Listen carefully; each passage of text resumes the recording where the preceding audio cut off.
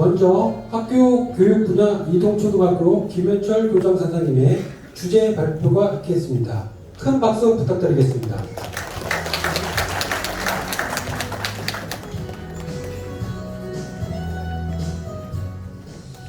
네, 반갑습니다.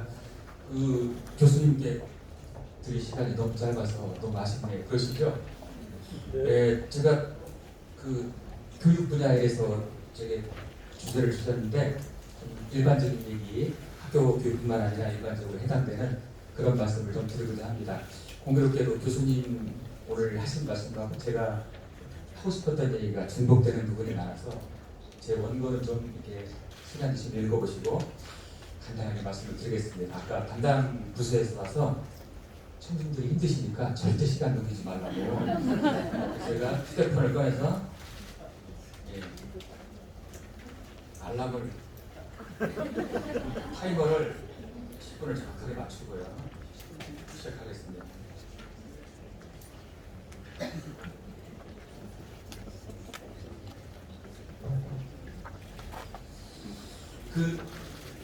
제 이야기를 전체적으로 원고를 요약해서 두 가지 말씀을 드리려고 해요. 하나가 인문도시의 목표. 제가 일전에 참 제가 기쁘게 생각하는 일인데 일본의 단체 조례부에서 우리 포천시 시민발의 조례 1호로 인문도시에 관한 조례를 추진하고 계셔요. 참 바람직한 일이라고 생각되는데 회의에서 모든 분들이 각 겪고 있는 어려움이 뭐냐면 이렇게 이제 서명해달라고 부탁을 들었을 때 묻는 거죠. 인문도시가 뭐야? 앨런 벌록이라는 영국의 역사학자가 인본적인, 인간적인, 인문적인 이런 단어를 모두가 이해할 수 있는 방법으로 설명하는 것은 불가능하다고 말했어요. 아까 우리 교수님께서 인문의 문자가 맞습니다. 글을 문자인데 실제로 내용은 문의 문자에 앞에 실사가 붙어있는 저는 인문을 우리 인간이 수천 년 동안의 역사를 살아오면서 얻은 지혜의 총체라고 믿습니다. 그러니 우리 삶 모든 것이 다 인문학인데 어떻게 그걸 한마디로 정의하겠습니까? 그래서 오늘 저는 인문학의 정의를 내리는 방법을 좀 피하고 이럴 때는 이제 아웃복싱을 해야 되죠. 곁에서 치는 방법, 첫 번째 인문도시의 목표가 뭔가 이렇게 생각합니다.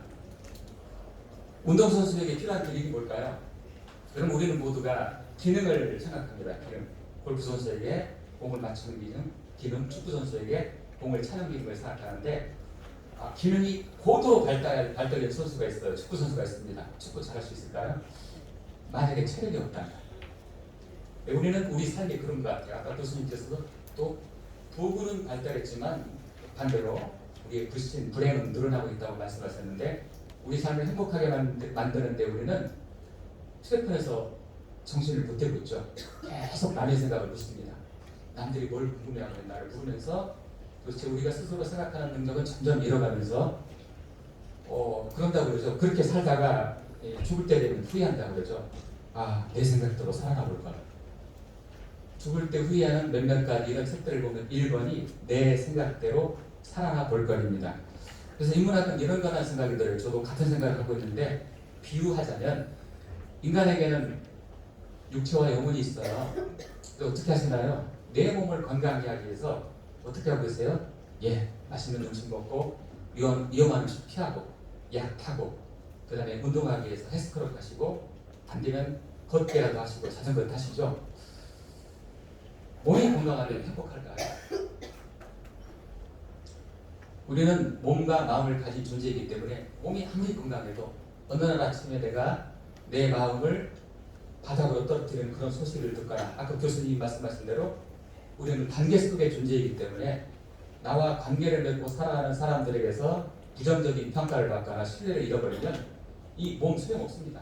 그렇죠. 그렇게 가꾼 몸이 소용없어요. 그만큼 우리의 마음이 중요한 건데 어떠신가요?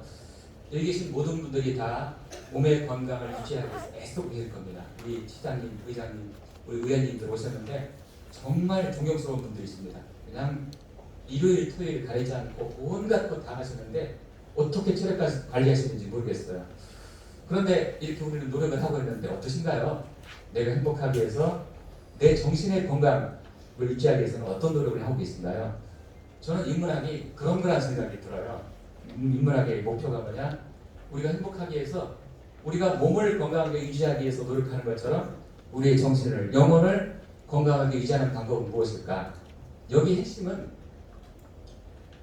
우리는 관계 속의 존재예요. 아리스토텔레스가 인간은 정치적, 폴리스적 동물이라고 표현했는데 이것을 정치적 동물이라고 번역하고 또 우리는 사회적 동물이라고 알고 있습니다.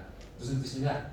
우리의 의미와 가치, 그러니까 내가 행복한 사람이다, 잘 해내고 있다, 내가 존경받을 만한 사람이다, 이런 생각들이 어떤 객관적인 체크리스트를 체크해서 80점 이상 이렇게 해서 정해지는 게 아니라 이게 소용이 없다는 거죠. 가정에서, 직장에서, 사회에서, 어느 단체에서, 친목 모임에서 타인과의 관계 속에서 내가 어떤 피드백을 갖고 있느냐에 따라 정해진다는 거예요. 이게 인문학의 요체고, 제가 제 강의를 들으신 분은 저는 인문학을 The Art of Living, 삶의 기술이라고 제가 억지를 부리는데요. 제가 삶의 기술이라고 인문학을 표현하는 이유가 이렇게 관계 속에 존재인 우리 인간이 타인과의 관계 속에서 우리가 원하는 것들을 얻으려면, 예를 들면 타인으로부터 존경받는 것, 지지받는 것, 응원받는 것, 격려받는 것, 배려받는 것, 이런 것들을 우리 원하잖아요. 모두가 원하는데 몸을 단련하듯이 마음의 근육을 단련하지 않으면 우리는 우리가 원하는 이런 것들을 어떻게 얻어야 될지 잘 모릅니다. 정말 많은 경우 우리는 타인과 관계 맺는 방식에 있어서 타인에게 말을 하고 행동을 할 때 내가 원하는 것을 얻을 수 없는 방식으로 소통하고 있어요. 교수님께서 아까 말씀하셨지만 30년 전에 우리 선배 세대, 한 세대 이전에 우리 어르신들은 매우 존경스럽게도 이거를 본능적으로 파악하고 있었는데요. 점점 정부의 접근성이 강화되고 우리의 기술이 늘어나고 과학기술은 발달하는데 어떠신가요? 적어도 여기 오신 분들은 안 그러시겠지만 정말 편하게 살아가면서도 점점 불평은 늘어가고 불만은 늘어가고 우리 점점 불행해지는 이유가 우리 몸의, 마음의 근육은요, 마음의 근육은 점점점 연약해지고 있습니다. 이게 우리의 양쪽 다리와도 같아서요, 육체의 건강과 행복이라는 한쪽 다리가 건강한데 한쪽 다리가 야위고 있는 거예요. 그러니까 결코 행복할 수가 없는 거죠. 그래서 인문도시는 저는 인문도시가 뭔데? 라고 물으신다면, 만약에 인문도시가 뭔데라고 저한테 물어보신다면 우리 모두가, 우리 시민 모두가 자기 삶의 주인으로 살아가는 도시라고 말씀을 드리고 싶어요. 그리고 내가 내 삶의 주인, 내 마을에서 내 주인, 시민으로서 주인. 저는 학교 교장인데 학교 교장으로서 주인으로 살아간다는 것은 학교를 경영함에 있어서 남 탓하지 않고, 내가 가진 조건이 아무리 열악해도 제가 정말 능력이 있다면 최악의, 우리 포천에서 최악의 학교 여건을 갖고 있다 하더라도 어떡하겠죠? 제가 정말 능력이 있다면 잘 해낼 겁니다. 이게 인문학적 내공이라고 보는데요. 저는 또 굉장히 황당한 주장을 드리고 싶어요. 이 모두가 자기 삶의 주인으로 살아가는 이 기술을 이미 우리는 갖고 있다는 거죠.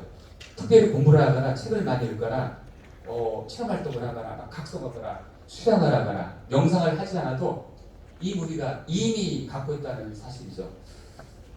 너무 황당한 얘기에서 믿지 않으실지 모르겠지만 우리 사상에, 우리 대한민국 국민의 생각에 영향을 줬던 유교와 불교는 제가 말씀드린 이 생각을 공유하고 있습니다. 불교, 주시와 성찰이라는 훈련을 통해서요, 자기 안에 불성을 깨닫는 게 깨달음이에요. 아시죠? 절에 다니시는 분들.